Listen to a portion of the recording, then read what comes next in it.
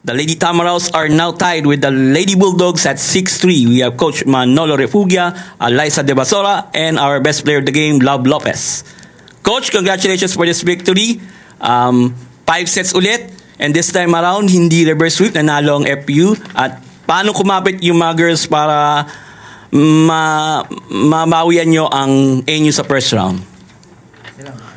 Yeah. Bilang. Sure. Hindi, siguro talagang pahabaan ng pasensya talaga, lalo na ngayong second round. Kasi syempre, lahat ng teams naka-adjust na. So, yung magiging crucial talaga is yung preparation na ginagawa. So, ayun, na mindset lang sa mga players na habaan ng pasensya kasi every time na kalaban namin si NU is talagang napakahirap na laban. So, ayun talaga na sobra pa sa expectation, sobra pa sa fifth set na 1-15 lang dapat. Kaya, ayun, mahabang pasensya talaga. Thank you very much, Coach Knowles. To Eliza, you have 16 points on 16 attacks and 8 digs. So, yun nga, it's a very, very intense game at kayo na-8. So, ano masasabi mo na, yun nga, ano yung mga natutunan nyo from this first round nyo sa NU na nagawa nyo this time around? Ano masasabi mo? Yun po, NU nga po, champion mindset kasi sila palagi. Kaya minsan, parang kami, hindi kami masyadong bumibitaw kasi, ang tawag doon, masyadong mahirap kalabanin din talaga yung NU. Kaya tsinatsaga talaga namin since, yun, pukpukan kami sa training. Kaya, alam namin sa sarili namin na prepared kami. Kaya yun, round 1, same lang nang nangyari pero this time, kailangan namin kunin yung panalo.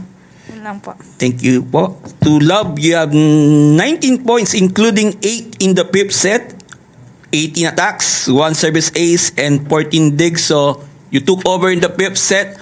Ano yung nasa utak mo nung deciding set? Especially talagang yung nga, pukpukan ngayong naging labanan. Sabi nga po ni Coach Knowles na habaan lang yung pasensya kahit na, alam mo yun, yung nag-error ka na, pero patuloy pa rin. Wala sa mukha namin yung sisisihin yung kasama kasi nga nag-error. Pero nandun yung, ibabawi yung kasama kasi nga nag-error. Yun lang po. Thank you so much, Love. Okay, the floor is open for questions.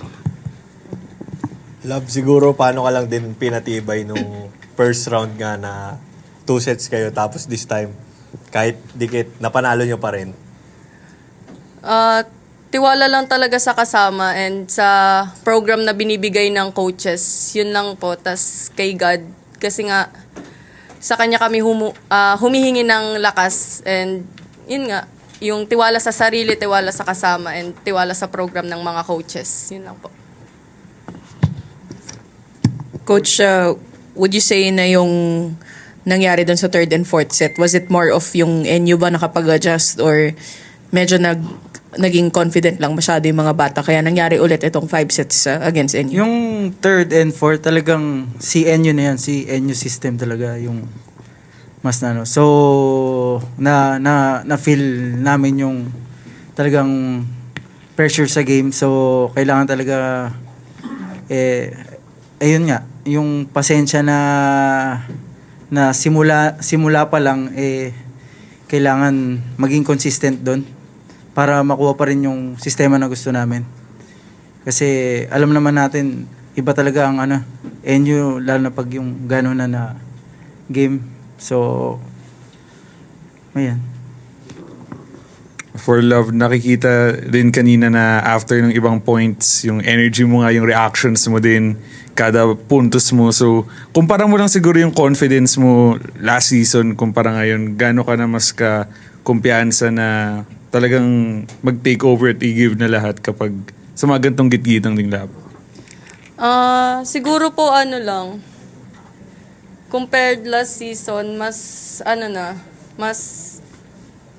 naging confidence na ako sa sarili ko kasi nga tinutulungan ako ng teammates ko and yung coaches kung paano makuha yung yung confidence na yun, lalo na pag mga crucial points and crucial game.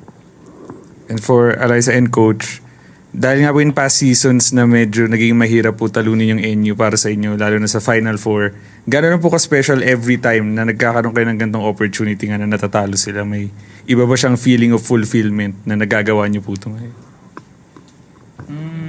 Siyempre, fulfilling naman na yung feeling na manalo na sobrang tough ng game na umabot talaga ng fifth set na 20 plus 20 to 20 yung score. So, napaka laking bagay sa mga players yun na na-experience nila yung ganong pressure game na talagang yung game talaga is more on error na eh.